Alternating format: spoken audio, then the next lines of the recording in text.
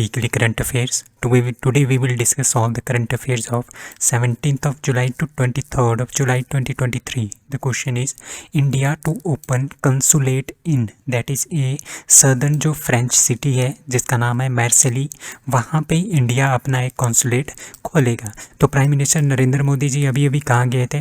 अभी अभी ये फ्रांस की यात्रा पे गए थे। वहाँ पे उन्होंने ला सेन म्यूजिकली इन पेरिस में वहाँ पे गए थे। वहाँ पे जितने भी इंडियन कम्युनिटी है उनको एड्रेस किया, ठीक है।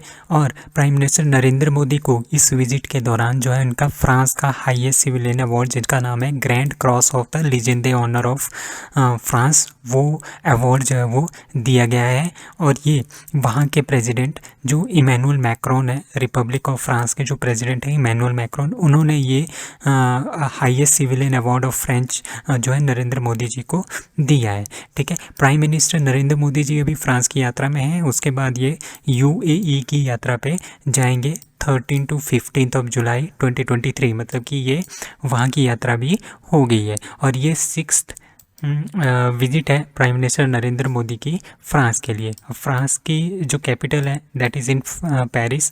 इसकी जो करेंसी है यूरो, प्रेसिडेंट है Emmanuel Macron and prime minister है एलिजाबेथ बोर्ने।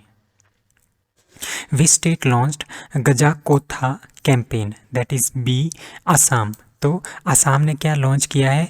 गजाकोथा, ठीक है, गज कोठा, ठीक है। गज कोठा मतलब कि गज का मतलब होता है हाथी, ठीक है। तो आपको पता है कि जिस तरह से सपोज करो ये हमारे पास एरिया है जिसमें हमारे पास लोग काफ़ी ज़्यादा रहते हैं, इससे बाहर वाला एरिया जंगल है, ठीक है। जंगल से कभी कभी हाथी जो है वो अंदर एंटर कर जाते हैं जहाँ पे लोग रहते हैं, तो लोगों के साथ इनकी इंट्रैक्शन हो जाती है जिसकी वजह से इसमें बहुत सारे हाथी भी कभी कभी मारे जाते हैं। इस इंसिडेंट में बहुत सारे लोग भी मारे जाते हैं। तो उस ह्यूमन एलिफेंट के कॉन्फ्लिक्ट को रोकने के लिए गज कोठा नाम का कैंपेन जो है वो स्टार्ट किया है असम ने।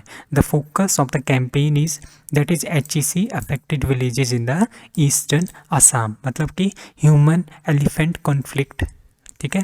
ह्यूमन और एलिफेंट के बीच में जो कॉन्फ्लिक्ट है उससे जो बहुत सारे विलेजेस अफेक्टेड है असम के, उनमें ये कैंपेन जो है वो चलाया जाएगा। इसके अकॉर्डिंगली क्या होगा तो आपको खुद अंदाज़ा लगा सकते हो कि इसके यही हो सकता है कि जितने भी वहाँ के लोग हैं, ठीक है, उनको एजुकेट किया जाएगा एलिफेंट के बारे में, उनके बिहेवियर के बारे में, ताकि वो ज़्यादा लोग ना डरें, ठीक है। किस तरह से हम हाथी को कंट्रोल कर सकते हैं, ecology and the cultural importance of the elephant, ठीक है, किस तरह का उनको वातावरण पसंद है, ठीक है। तो ये सारी की सारी चीज़ें जो है लोगों को बताई जाएगी जिससे जो है ह्यूमन एलिफेंट के जो कॉन्फ्लिक्ट है वो कम से कम हो। अब इसका फॉर्मेशन कब हुआ था? As a state of Assam that is 26 January 1950। इसकी कैपिटल है दिसपुर। चीफ मिनिस्टर है हेमंत बिश्वा शर्मा। गवर्नर है गुलाब चंद कटारिया। राज्यसभा की 7 सीटें हैं और लोकसभा की यहाँ पे 14 सीटें हैं। दुधवा टाइगर रिजर्व जो है वो कौन सी स्टेट में है? That is A UP. अभी रिसेंटली दुधवा टाइगर रिजर्व जो है वो काफ़ी ज़्यादा चर्चा में रहा क्योंकि यहाँ पे एक एंडेंजर्ड स्पीशीज़ है बर्ड की, ठीक है, पक्षी की एक एंडेंजर्ड स्पीशीज़ है जिसका नाम है जैडन बैबलर, ठीक है। ये पक्षी यहाँ पे देखा गया कहाँ पे? Dudhwa tiger reserve in Uttar Pradesh में, ठीक है, अकॉर्डिंग टू द सर्वे। अब इसके बारे में जानते हैं ये जैडन बैबलर जो पक्षी है ये क्या है। इसकी जो मोर देन 95% आबादी है वो असम एंड अरुणाचल प्रदेश में पाई जाती है। और इसके अलावा ये जो पक्षी है ये पक्षी उत्तर प्रदेश के दुधवा टाइगर रिजर्व में भी देखा गया है, ठीक है। तो जो ये जॉर्ड इंडियन बाबलर है lives in the pairs in small flocks and tall grassland, जहाँ पे लंबी लंबी घास हो वहाँ पे ये मौजूद होता है। और IUCN जो है, IUCN का मतलब है international union for conservation of nature, ठीक है, 1994 से इस पक्षी को वनरेबल कैटेगरी में डाला है, मतलब कि इसकी जनसंख्या जो है वो धीरे धीरे कम होती जा रही है। एंडेंजर्ड स्पीशीज़ मतलब कि वनरेबल स्पीशीज़ में इसको डाल दिया गया है।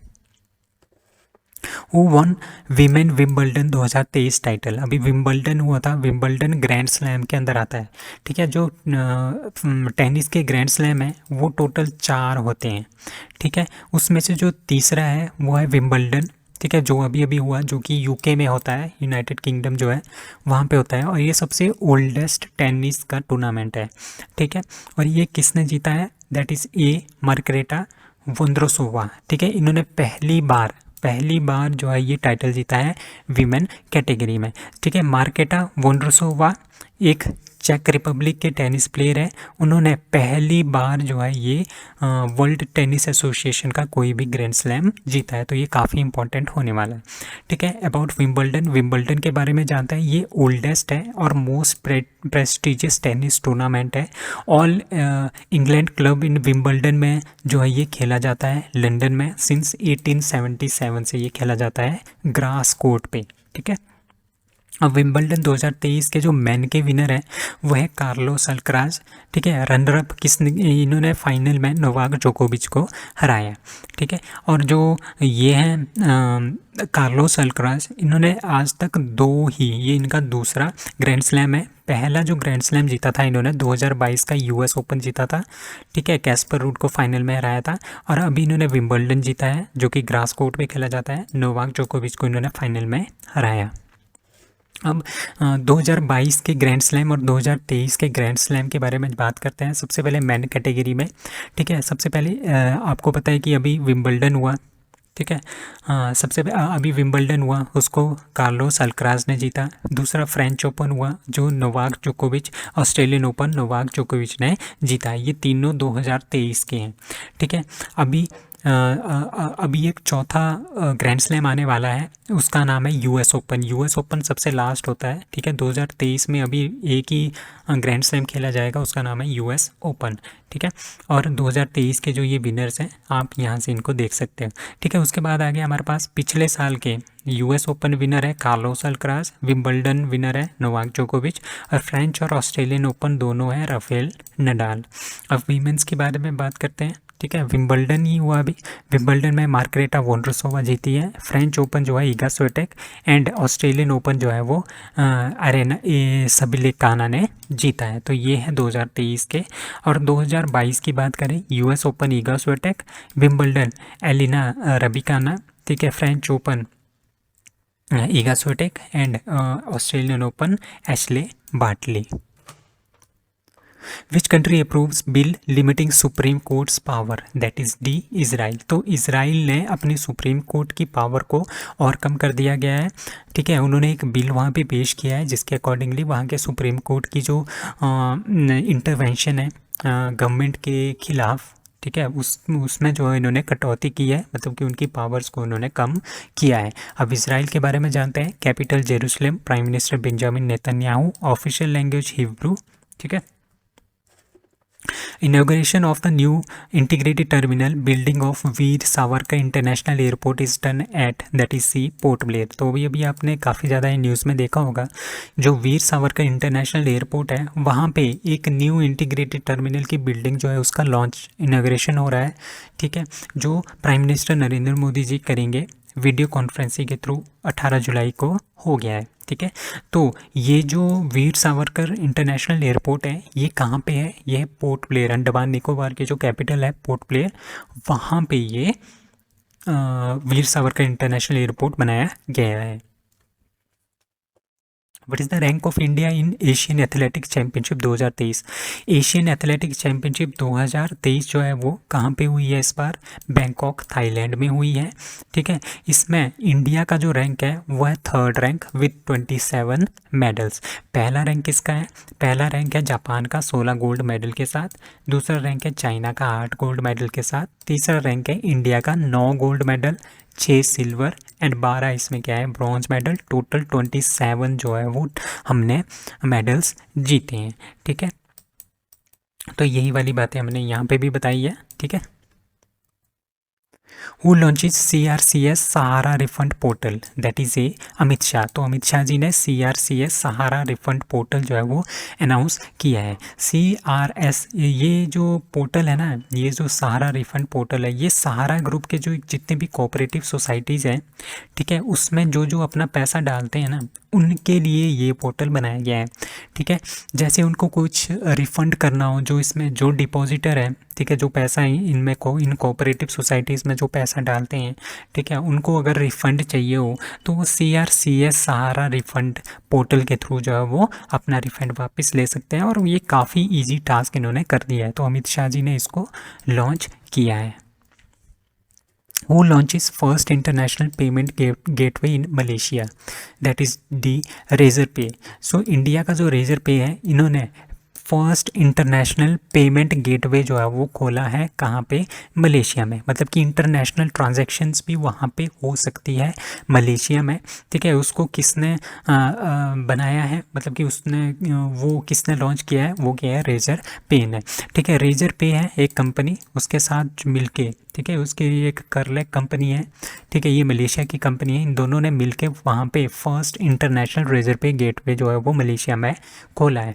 इसमें the payment gateway aims to serve over 5,000 businesses in Malaysia and achieve 10 billion Malaysian ringgit, ये इनकी करेंसी है, in annual gross transaction value GTV by 2025।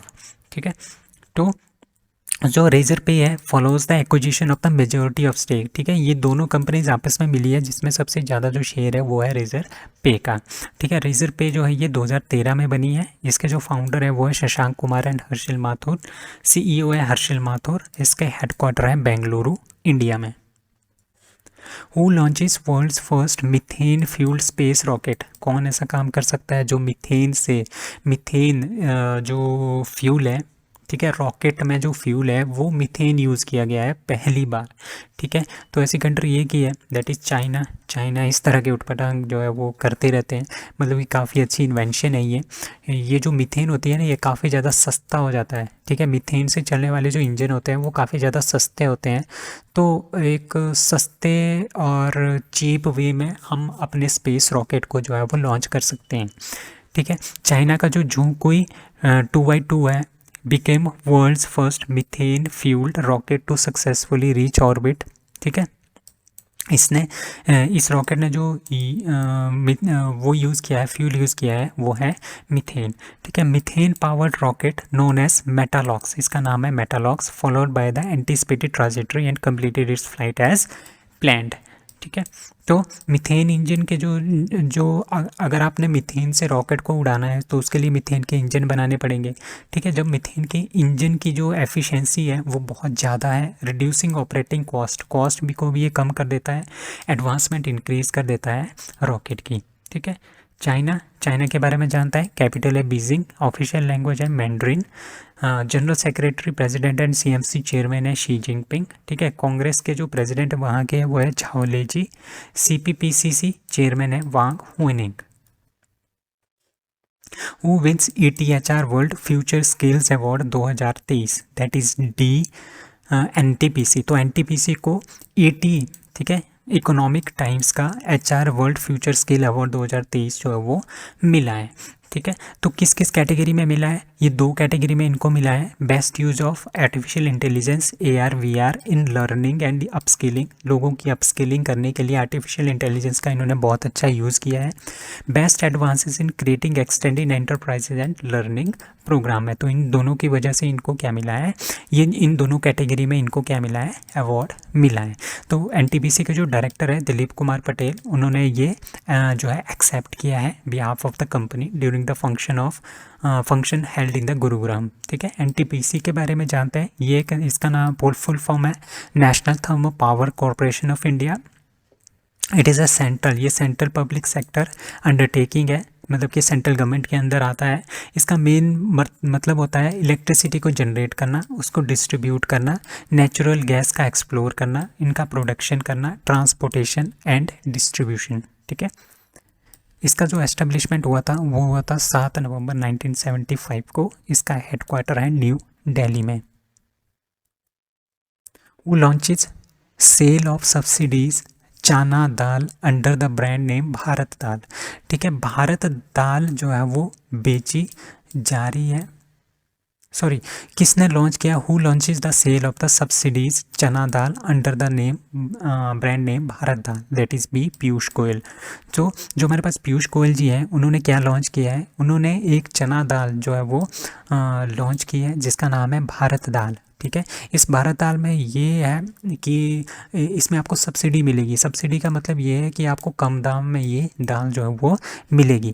ठीक है, इसका मेन मोटिव यही है कि हमने जो दालें हैं, पल्सेस हैं, वो लोगों में अवेलेबल करवानी है विद वेरी लेस प्राइस। ठीक है, तो retail outlets of national agriculture cooperative marketing federation NAFED जिनको बोलते हैं, in New Delhi selling the chana dal, जो इस तरह की चना दाल है वो इसको सेल कर रहे हैं। अब चना दाल क्यों ही बेच रहे हैं, क्योंकि इसमें क्या होता है, इसमें बहुत ज़्यादा फाइबर्स होते हैं, iron, potassium, vitamin B, selenium, beta carotene and choline. तो ये काफ़ी ज़्यादा न्यूट्रिएंट्स देते हैं आपकी बॉडी के लिए, तभी ये जो भारत दाल है, ठीक है, भारत दाल के अंदर हम चना की दाल को बेच रहे हैं सब्सिडीज़ के अंदर कम प्राइस में। ठीक है, तो इसमें जितने भी हमारे पास ये कंटेंट्स हैं ना, ये काफ़ी ज़्यादा अच्छे हैं for controlling anaemia, blood sugar, bone health and mental health problems को कम करने के लिए काफ़ी ज़्यादा लाभदायक हैं।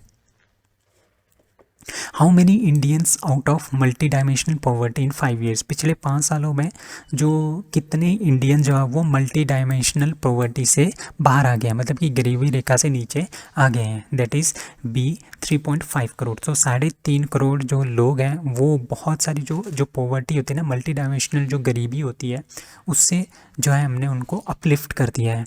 ठीक है, मतलब कि उनको हमने गरीब रहने नहीं दिया है, गरीबी उनके हमने इनकम बढ़ाई है और उनको क्या किया है, पैसे प्रोवाइड किए हैं या किसी की तरह का रोज़गार प्रोवाइड किया हो, तो तभी वो क्या आएंगे, गरीबी रेखा से ऊपर आएंगे। ठीक है, तो ये जो रिपोर्ट है ये किसने लॉन्च की है, ये लॉन्च की है नीति आयोग ने, according to the national multi dimensional poverty index. ठीक है, national multi dimensional poverty index जो है वो नीति आयोग रिलीज़ करता है। ठीक है, तो बिटवीन 2015-16 एंड 2019-21 के बीच में जो है वो 135 मिलियन लोग, ठीक है, in India have successfully lifted themselves out of the multi dimensional poverty over a period of 5 years. Sorry, यहाँ पे 13.5 करोड़ आएगा, 135 मिलियन है ना, तो 13.5 करोड़ आएगा। ठीक है, पिछले 5 सालों में 13.5 लोगों को हमने क्या किया है, मल्टी डायमेंशनल पॉवर्टी से बाहर निकाला है। ये काफ़ी इंपॉर्टेंट स्टेटमेंट है। ठीक है, अब नीति आयोग के बारे में जानते हैं। नीति आयोग का मतलब है national institution for transforming India, और ये अपेक्स पब्लिक पॉलिसी है, मतलब कि इसमें बहुत सारे लोग होते हैं, वो एक तरह का थिंक टैंक की तरह काम करते हैं कि हमें पर्टिकुलर प्रॉब्लम है हमारे देश में, उस पर्टिकुलर प्रॉब्लम को हमने किस तरह से सॉल्व करना है। ठीक है, और ये गवर्नमेंट ऑफ इंडिया के अंदर आता है। इसका जो प्रेसिडेंट होता है ना, वो होता है prime minister of India. So formed कब बना था, ये 1 जनवरी 2015 को बना था। इसका ऑब्जेक्टिव यही है to promote participation in economic policy making process by the state government of India. Jurisdiction government of India की आती है, हेडक्वार्टर न्यू दिल्ली में है। प्रेसिडेंट नहीं, जो इसके चेयरमैन होते हैं वो होते हैं नरेंद्र मोदी जी, मतलब कि जो प्राइम मिनिस्टर ऑफ इंडिया होते हैं वो। फाउंडर कौन है, नेशनल डेमोक्रेटिक अलायंस इसके फाउंडर है। Who released export preparedness 2022 report, that is C NITI Aayog. सो नीति आयोग ने एक और जो है वो रिपोर्ट जारी की है जिसका नाम है एक्सपोर्ट प्रिपेयर्डनेस इंडेक्स, मतलब कि कौन सी स्टेट कितनी प्रिपेयर है अपने प्रोडक्ट को बाहर वाले देशों में बेचने के लिए। ठीक है, तो इसमें जो पहले नंबर पे है वो है तमिलनाडु, दूसरे पे है महाराष्ट्र, तीसरे पे कर्नाटका, चौथे पे गुजरात, और लैंड लॉक्ड में सबसे पहले नंबर पे हरियाणा और दूसरे नंबर पे है Telangana. India is at dash dash position in Henley passport index 2023। ठीक है, हर बार जो है वो हेनले पासपोर्ट इंडेक्स जो है वो क्या निकालता है, रैंकिंग निकालता है पासपोर्ट की, मतलब कि किस देश का पासपोर्ट जो है कितना ज़्यादा स्ट्रॉन्ग है।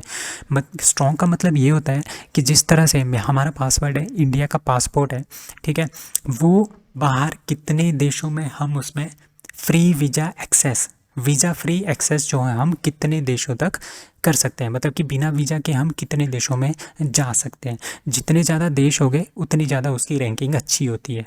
ठीक है, तो इंडिया का इसमें रैंक है 80। ठीक है, पिछली बार 85 था, इस बार इसका रैंक है 80।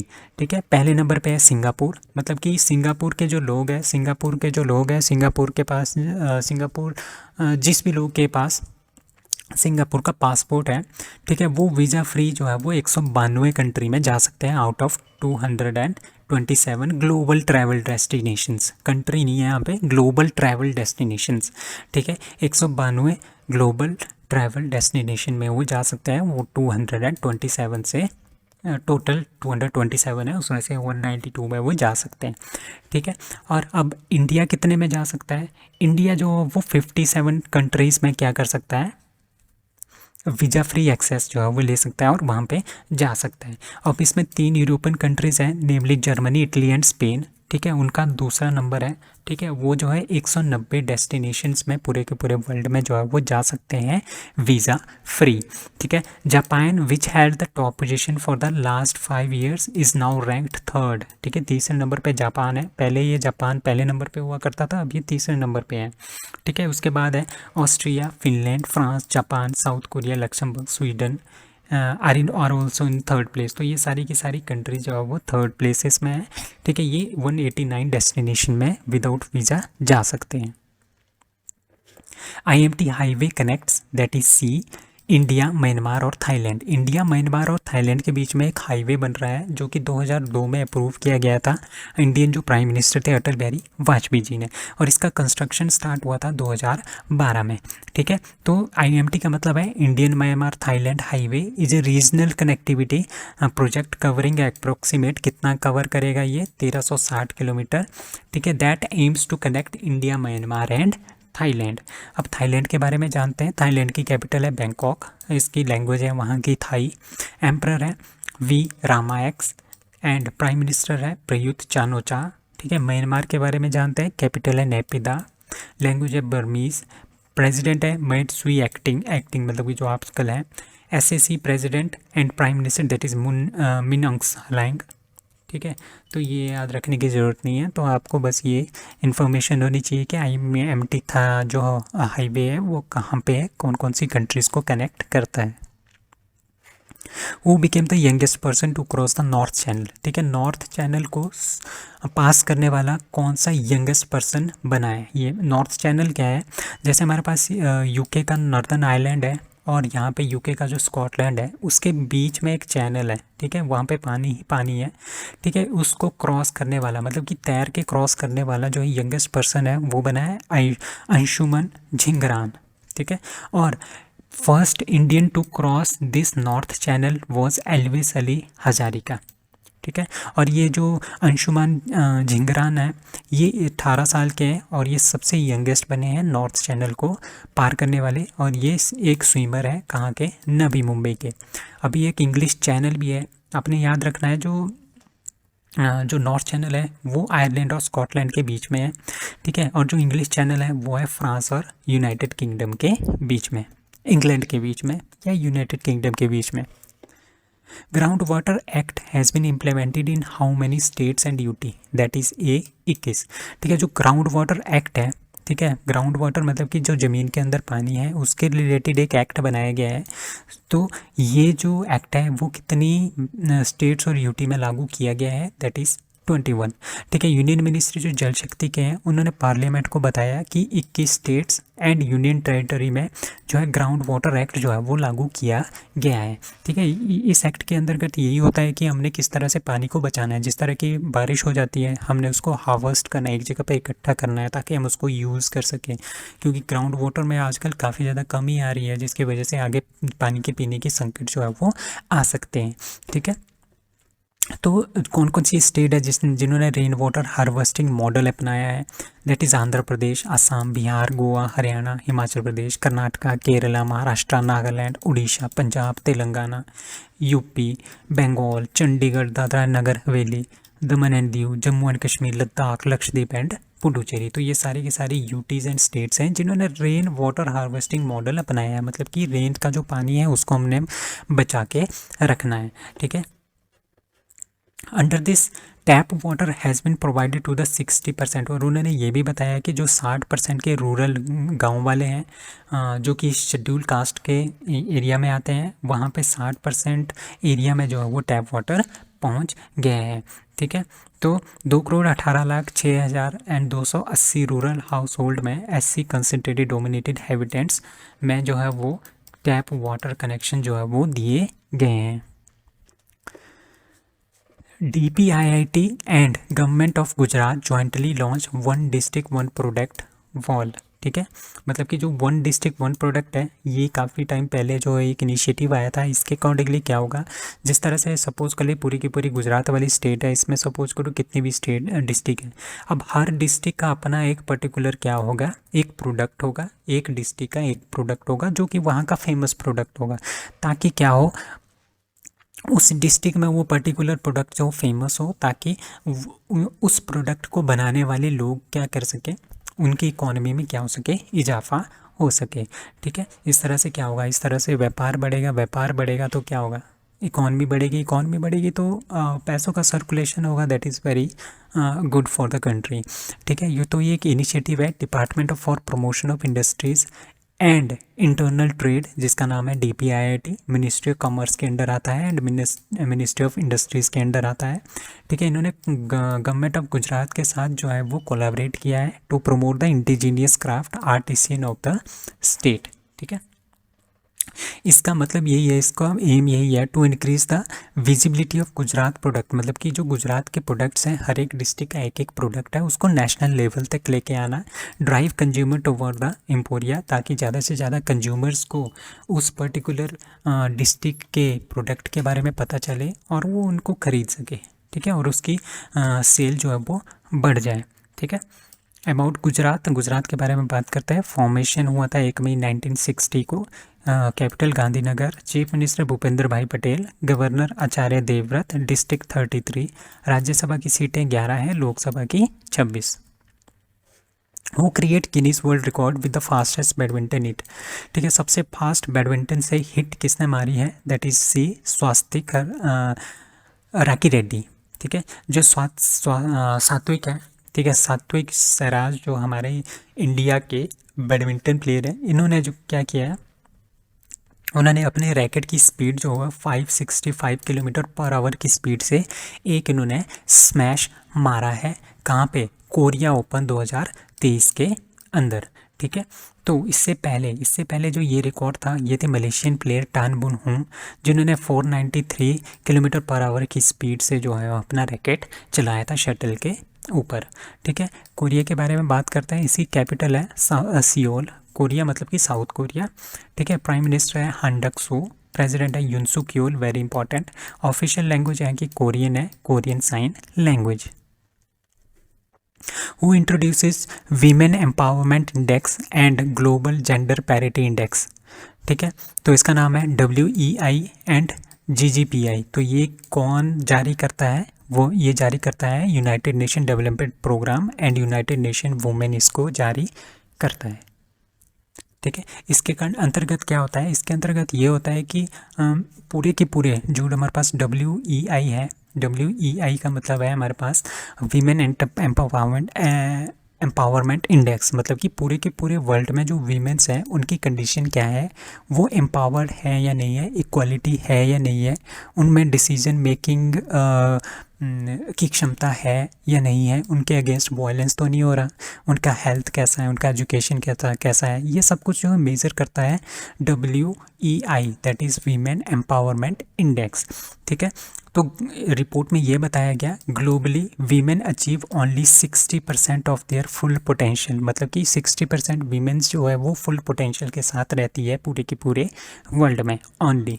ठीक है, अब GGPI क्या है, GGPI है ग्लोबल जेंडर पैरिटी इंडेक्स। इसका मतलब ये होता है कि जो मेल्स हैं, मेल हैं, ठीक है, मर्दों के कंपैरिजन में फीमेल्स को कितना डेवलप किया गया है, हेल्थ कितनी हेल्थ जो है इनको प्रोवाइड की गई है, हेल्थ सुविधाएं प्रोवाइड की हैं, education, inclusion and decision making की पावर कितनी है एज़ कम्पेयर टू मैन।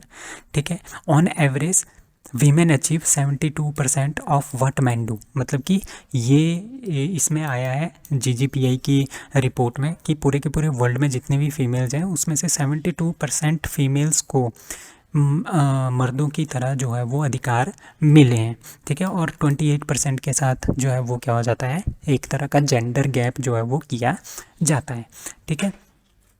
अब कुछ और बातें इसमें बताई गई है कि लेस देन 1% ऑफ वुमेन, एक से भी कम percent of womens and girl live in the country with both high women empowerment and gender parity, मतलब कि जिनमें ये दोनों हैं, ठीक है, जिनमें ये दोनों हैं उसमें जो है वो लेस देन 1% से भी कम वीमेन्स एंड गर्ल्स जो है वो रहती है, ठीक है, इन कंट्रीज़ में। More than 90% of the female population lives in the country with significant empowerment deficit and gender gaps, मतलब कि मोर देन 90% से ज़्यादा जो फीमेल पॉपुलेशन है वो वहाँ पे रहती है जहाँ पे WEI भी कम है और GGPI भी कम है, ठीक है। सो सबसे पहले हम यहाँ पे बात करेंगे यूनाइटेड स्टेट्स की, वहाँ पे 73.5% WEI है एंड 78.2% जो है वो क्या है, GGPI है। तो इस तरह से आप सारी की सारी कंट्रीज़ देख सकते हैं। इंडिया में देखो कितना बुरा हाल है, 53.2% WEI एंड 60.8% इनका क्या है, GGPI है। Tata to set up electronic vehicle battery factory for 4 billion euros in that is UK। So Tata क्या कर रहा है, इलेक्ट्रिक व्हीकल की जो बैटरी है उनको बनाने वाली एक फैक्ट्री वो खोल रहे हैं 4 बिलियन यूरो में। कहाँ पे, यूनाइटेड किंगडम इंग्लैंड में, जिनका जो 4 बिलियन पाउंड्स में, ठीक है। 4 बिलियन पाउंड्स का मतलब है 42,500 करोड़ की ये कंपनी होगी, ठीक है, जो कि बैटरीज बनाएगी, इलेक्ट्रिक व्हीकल्स के लिए बैटरी बनाएगी। और ये यूरोप का सबसे बड़ी कंपनी होगी, जो कि मतलब कि यूरोप की इस तरह की कंपनी होगी जिसमें सबसे ज़्यादा इन्वेस्टमेंट है, ठीक है। तो Britain Tata group is working plans to make the batteries for Jaguar and Land Rover. तो आपको पता है कि जगुआर एंड लैंड रोवर जो है टाटा का है, उनके लिए इलेक्ट्रिक व्हीकल जो बैटरीज हैं वो बनाने के लिए जो है वो अपना प्लांट खोलेगा, ठीक है। The factory will be located in the Bridgwater, Somerset, England, ठीक है। Tata Sons has chosen the Bridgwater area of Somerset in the south west England for the factory instead of Spain, ठीक है। और Europe का largest, तो ये Europe का सबसे लार्जेस्ट प्लांट होगा जहाँ पे 40 gigawatt hour giga factory will be the largest in Europe. जो ये कंपनी है ना, ये पूरी की पूरी यूरोप में सबसे बड़ी है और टाटा का फर्स्ट कंपनी होगी इतनी बड़ी आउटसाइड इंडिया, ठीक है। Who has been honoured with any award that is C Thallapil Pradeep. सो थल्लापिल प्रदीप जी को क्या मिला है, एनी अवार्ड मिला है, ठीक है। प्रोफेसर प्रदीप जो कि IIT मद्रास के प्रोफेसर है, जिनको एनी अवार्ड जो है वो दिया जा रहा है। क्यों दिया जा रहा है, क्योंकि इन्होंने बहुत ही अच्छा काम किया है in scientific research in energy and environment के क्षेत्र में, ठीक है। सबसे पहले जो एनी अवार्ड दिया गया था वो 2007 में दिया गया था और ये ग्लोबली दिया जाता है पूरे के पूरे वर्ल्ड के लोगों को जिन्होंने काफ़ी अच्छा काम किया हो एनर्जी एंड इन्वायरमेंट के क्षेत्र में, ठीक है। Professor Pradeep research focused on, ये जो रिसर्च करते हैं वो करते हैं cost effective and clean water solution using advance nano scale material, ठीक है। और उन्हें बहुत ही अच्छा काम किया है discovery of sustainable material that remove toxic pollutants from the water, मतलब कि जो पानी है, पानी में जो बहुत सारे टॉक्सिक पॉल्यूटेंट्स हैं उनको रिमूव करने में इन्होंने इस तरह की टेक्निक ईजाद की है कि वो क्या जितने भी टॉक्सिक एलिमेंट्स हैं उनको ये क्या कर सकते हैं, रिमूव कर सकते हैं। The water purification technology benefited 1.3 million people in India every day, मतलब कि इस तरह की जो टेक्नोलॉजी है वाटर प्यूरिफिकेशन की, इनकी जो टेक्नोलॉजी है पूरा का पूरा इंडिया जो है यूज़ करता है। 1.3 मिलियन पीपल जो है वो डेली यूज़ करते हैं इनकी टेक्नोलॉजी का। तो प्रेसिडेंट, इटली के जो प्रेसिडेंट हैं वो इनको एनी अवार्ड देंगे, ठीक है।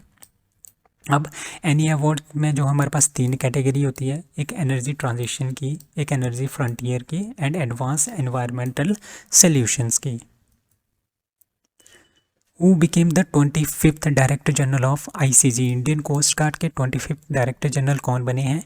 24th जो थे वो थे VS पठानिया, 25th जो है वो बने हैं Rakesh Paul, that is A, ठीक है। यहाँ पे ए आएगा। राकेश पॉल जो है वो बने हैं 25th director general of India of Indian coast guard, ठीक है। He has the distinction being the first gunner of ICG, ठीक है। Shripal is alumni of Indian naval academy and had joined the Indian coast guard in January 1989। Black sea grain initiative is started by, that is B, United Nation. तो United Nation ने black sea grain initiative जो है वो start किया है। इसके accordingly क्या होगा, तो अभी आपको पता है कि जो यूक्रेन है, ठीक है, यूक्रेन में बहुत सारा जो गेहूं होता था और बहुत सारी वहाँ पे चीज़ें होती थी, ठीक है। अभी क्या हो रहा है वहाँ पे, सबसे पहले क्या हुआ, कोरोना आया, उसकी वजह से क्या हुआ, पूरे के पूरे यूरोप में यूक्रेन से जितना भी हमारे पास माल होता था, जितना भी हमारे पास अन्न होता था, अनाज होता था, उसका ट्रांसपोर्टेशन रुक गया था। उसके बाद क्या हुआ, उसके बाद इमीडिएटली रशिया ने उनके ऊपर अटैक कर दिया, इन्वेजन कर दिया, जिसकी वजह से इनका कनेक्शन जो है वो बाकी यूरोप से कट गया, जिसकी वजह से फूड, एक तरह का फूड क्राइसिस आ सकता है पूरे के पूरे यूरोप में। उस फूड क्राइसिस से बचने के लिए ब्लैक सी ग्रेन इनिशिएटिव जो है वो स्टार्ट किया गया है यूनाइटेड नेशन के द्वारा, और इंडिया ने भी इसका साथ दिया है, ठीक है। और यूरोप का ब्रेड बास्केट बोलते हैं, किसको बोलते हैं, यूक्रेन को बोलते हैं, क्योंकि यहीं पे सबसे ज़्यादा पूरे के पूरे यूरोप का सबसे ज़्यादा जो गेहूं होता है वो यहीं पे होता है, ठीक है। तो यही है। तो ब्लैक सी ग्रीन प्रोजेक्ट जो है इंडिया ने भी इसको सपोर्ट किया है in response to the food crisis. तो फूड क्राइसिस को बचने के लिए Turkey and the United Nation ने ब्लैक सी ग्रीन इनिशिएटिव जो है जुलाई 2022 में स्टार्ट किया है। इस एग्रीमेंट के इस एग्रीमेंट में क्या हुआ, अलाउड 3 यूक्रेनियन ब्लैक सी पोर्ट, ठीक है। यूक्रेन के जो ब्लैक सी में पोर्ट्स हैं उनका नाम है ओडिशा एंड क्रोनोमोर्स्क एंड पिडेनी, ठीक है। इनको क्या किया है, इनको ओपन किया है एक्सपोर्ट के लिए, ठीक है, for commercial fertiliser and food के एक्सपोर्ट के लिए इनको खोल दिया गया है, ठीक है, ताकि हम क्या कर सकें, फूड क्राइसिस से बच सकें। तो आपको पता है alternative route for the Ukrainian grain, मतलब कि यूक्रेन में आपको पता है बहुत सारा ग्रेन होता है, बहुत सारा अनाज होता है, ठीक है। वहाँ से बाहर निकालने के लिए, ट्रांसपोर्टेशन के लिए, अभी पता है यहाँ पे रशिया का इन्वेजन अभी भी चल रहा है, ठीक है। तो इसके लिए क्या किया है, कहाँ कहाँ से जो है यूक्रेन से हम ग्रेन को बाहर लेके आ सकते हैं, यहाँ से पोलैंड से होके लिथुआनिया, ठीक है। और इससे हम क्या कर सकते हैं, बाकी जो यूरोप है वहाँ पे अनाज को भेज सकते हैं, या पोलैंड के थ्रू, ठीक है, या फिर यहाँ के थ्रू, ठीक है। और रोमानिया के थ्रू कॉन्स्टेंटा में हम भेज सकते हैं। यहाँ से क्या हो सकता है, ब्लैक सी के थ्रू, हम शिप्स के थ्रू इसको आगे ले जा सकते हैं, ताकि पूरे के पूरे यूरोप में जो फूड का क्राइसिस है उसको दूर किया जा सके। वो became the second quad partner to sign semiconductor pact with India. तो क्वाड में 4 कंट्रीज़ हैं, USA, Australia, Japan and India, ठीक है। यूके इसमें नहीं है, ठीक है। तो इंडिया के साथ सेमीकंडक्टर पैक्ट जो है वो किसने किया है, पहले USA ने किया था, अब जो पैक्ट किया गया है वो किया गया है जापान के द्वारा, ठीक है। The deal aims to bolster the resilience of the global supply chain, particularly in the crucial semiconductor industry. मतलब कि सेमीकंडक्टर की इंडस्ट्री में जितना भी हमारे पास क्या होगा, ग्लोबल सप्लाई चेन है, उसको ज़्यादा से ज़्यादा बूस्ट करने के लिए, ताकि जैसे इंडिया को ज़रूरत होगी सेमीकंडक्टर की तो हम जापान से लेंगे, या फिर USA से लेंगे, USA को ज़रूरत होगी तो इंडिया से लेंगे। तो इस तरह की जो है वो ये बातें हो रही हैं। तो this marks Japan as the second quad partner after United States to hand joins in India with this endeavor. A fascinating combination of prehistoric rock painting, ठीक है, prehistoric ये रॉक की एक पेंटिंग्स हैं फ्रॉम Mesolithic पीरियड की हैं, and existed art work from the, कहाँ से, कालकाती डायनेस्टी, ठीक है। ये कालकाती डायनेस्टी की जो है इस तरह की पेंटिंग जो है वो फाउंड की गई है। ये कहाँ पे फाउंड की गई है, रुद्रागिरी हिलॉक जो कि आंध्र प्रदेश में है वहाँ पे मिली है। अब रुद्रागिरी हिलॉक की बात करते हैं, it is located in the Orvakal village in Guntur district Andhra Pradesh, और ये ईस्टर्न घाट में है। ईस्टर्न घाट ये वाले जो होते हैं ना, इसको ईस्टर्न घाट बोलते हैं। ठीक है। The served as a living quarters, ठीक है, मतलब कि जो ये मेसोलिथिक एज की जो है ये पेंटिंग्स बताई जा रही है, जो कि 5000 साल पहले, मतलब कि जैसे 5000 साल बीसी, बीसी का मतलब ये होता है जब से हम काउंटिंग स्टार्ट कर रहे हैं, काउंटिंग स्टार्ट कर रहे हैं ना, कि ये 100 साल हो गए, 200 साल हो गए, इस तरह से हम 2023 में पहुंच गए, उससे भी तो 2023 प्लस 5000 साल पीछे चले जाओ, उतने साल पुरानी जो है ये पेंटिंग्स हैं, ठीक है। और ये जो पेंटिंग्स हैं ये काकतीय डायनेस्टी की बताई जा रही हैं। So Mesolithic age is also known as middle stone age, ठीक है, was the second part of the stone age, the time period, ठीक है, 9000 बीसी से 4000 बीसी के बीच में जो है ये टाइम पीरियड बताया जा रहा है। और ये जो 5000 जो ये पेंटिंग्स है ये 5000 बीसी की जो है ये पेंटिंग्स हैं। ये कहाँ पे फाउंड हुई है? रुद्रगिरी जो हिलॉक है आंध्र प्रदेश में, वहाँ पे फाउंड हुई है। Oppo India to set up first PPP model Atal tinkering lab in that is a Kerala. तो केरला में क्या कर रहा है ओप्पो जो इंडिया है, वो अपना पहला PPP model Atal tinkering lab जो है वो खोल रहे हैं, ठीक है, किसके साथ? Oppo India plus NITI Aayog, ठीक है। जो आपको पता है नीति आयोग ने अटल इनोवेशन मिशन जो है स्टार्ट किया है, इसके अंतर्गत ओप्पो इंडिया ने क्या किया है, अपनी एक टिंकरिंग लैब खोली है, अटल टिंकरिंग लैब, कहाँ पे? केरला में, ठीक है। So, Atal Tinkering Lab was inaugurated on 10th of July at St. Paul CEHSS in Karichira, Thrissur by Rajivan Chandrasekhar, the Ministry of State of Skill Development and Entrepreneurship of Information Technology। और 2022 तक 10,000 ATL were established across the 35 states and UT throughout the India. अब अटल जो tinkering lab है वो क्यों क्यों इनको बनाया जा रहा है? ताकि जितने भी हमारे पास जो यंग जनरेशन है ना, वो ज़्यादा से ज़्यादा उनको पता चले डिजिटलाइजेशन का, टेक्नोलॉजी का, जितनी मेरे पास टेक्नोलॉजी है उनके बारे में पता चले, न्यू न्यू टेक्नोलॉजीज़ आजकल आ रही हैं उनके बारे में पता चले, उनको चलाना आना चाहिए, ताकि उनको हम क्या कर सकें, स्किल प्रोवाइड कर सकें। तो उसी के लिए ये जो है ये अटल टिंकरिंग लैब्स जो है वो खोली जा रही है नीति आयोग के थ्रू, ठीक है। और ये जो केरला वाली है वो ओप्पो इंडिया की टिंकरिंग लैब है with the help of NITI आयोग।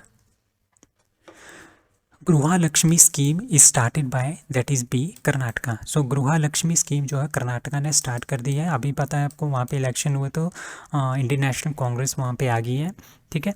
तो अभी 2 महीने भी नहीं हुए उनको आए हुए पावर में, तो गवर्नमेंट ऑफ कर्नाटका ने क्या किया है, हैज़ मेड इस इन्होंने प्रॉमिस किया था कि ये गृह लक्ष्मी स्कीम जो है वो लॉन्च करेंगे, ठीक है। इसके लिए रजिस्ट्रेशन जो है वो स्टार्ट कर दी गई है 19 जुलाई से। इसके अंतर्गत क्या होगा, इसके अंतर्गत के ये होगा कि जो फाइनेंशियल असिस्टेंट है वो दी जाएगी किसको? वीमेंस को, ठीक है। जैसे एक घर है उसकी जो हेड है वो वीमेंस है, ठीक है, उनको वीमेन को हेड बनाया दिया जाएगा और उस हेड को 2000 रुपये पर मंथ जो है वो दिया जाएगा, ठीक है। इसके लिए कुछ एक एलिजिबिलिटी है वो भी इनको फुलफ़िल करनी पड़ेगी, तभी इनको ये पैसा मिलेगा। The beneficiary will get the amount under the scheme from अगस्त 15 से 20 अगस्त के बाद जो है ये सारा अमाउंट इनको मिल जाएगा 2000 रुपये पर मंथ। और इस स्कीम के अंतर्गत जो है वो 1 करोड़ 11 लाख वीमेन जो है वो उनको बेनिफिट मिलेगा। And the amount set aside by the government, जो अमाउंट है वो कितना सेट किया गया है? 18,000 करोड़ रुपीज़ जो है इसके लिए सेट किया गया है। This scheme will benefit 12.8 million families in the state of Karnataka.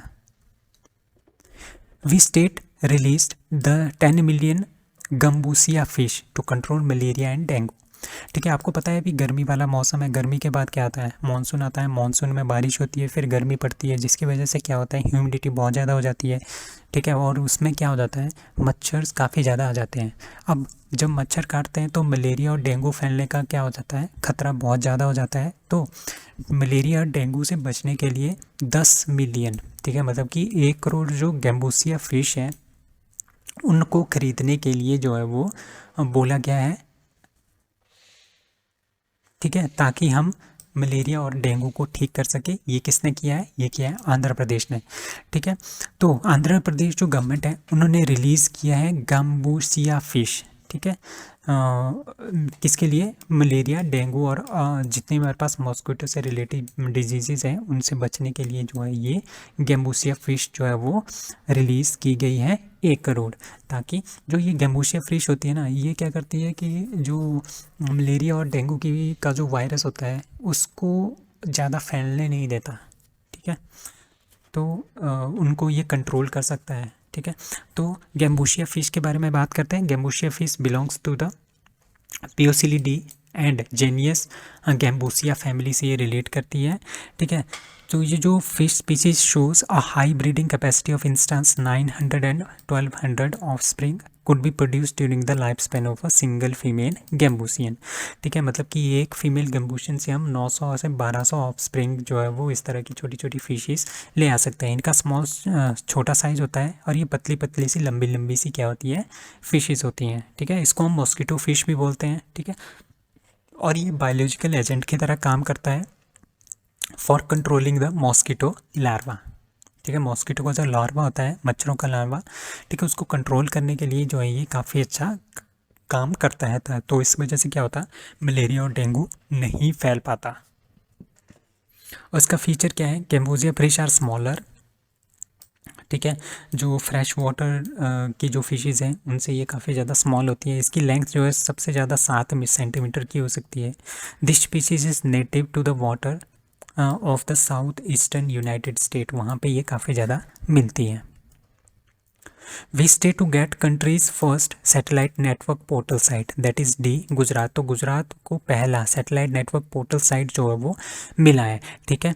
तो लंदन बेस्ड एक कंपनी है one web company and department of science और टेक्नोलॉजी, उन दोनों के बीच में इस तरह का साइन हुआ है एमओयू, ठीक है। और इस एमओयू में ये बोला है कि गुजरात में, ठीक है, गुजरात में क्या होगा, गुजरात में सैटेलाइट नेटवर्क पोर्टल साइट जो है वो दिया जाएगा, ठीक है। वन वेब कंपनी, जो ये वन वेब कंपनी है ये इसको खोलेगा सैटेलाइट नेटवर्क पोर्टल साइट, ठीक है। All of them will be in the Mehsana, जो महसाना डिस्ट्रिक्ट है गुजरात की, वहाँ पे ये लॉन्च किया जाएगा सबसे पहले। The satellite network portal site is going to be initiated at Jotana taluka Mehsana district. और ये इसके अकॉर्डिंगली क्या होगा, इसमें बहुत ज़्यादा हाई स्पीड का इंटरनेट प्रोवाइड किया जाएगा, लो लेटेंसी, मतलब कि जो टाइमिंग है वो बहुत ज़्यादा फास्ट होगी, अफोर्डेबल होगा, connectivity of the government businesses, consumer, schools and more, ठीक है। आपस में वो अच्छी तरह से कनेक्टेड हो जाएंगे और इस तरह से कम्युनिकेशन बहुत ज़्यादा फास्ट हो जाएगा। So that's all for today, thank you.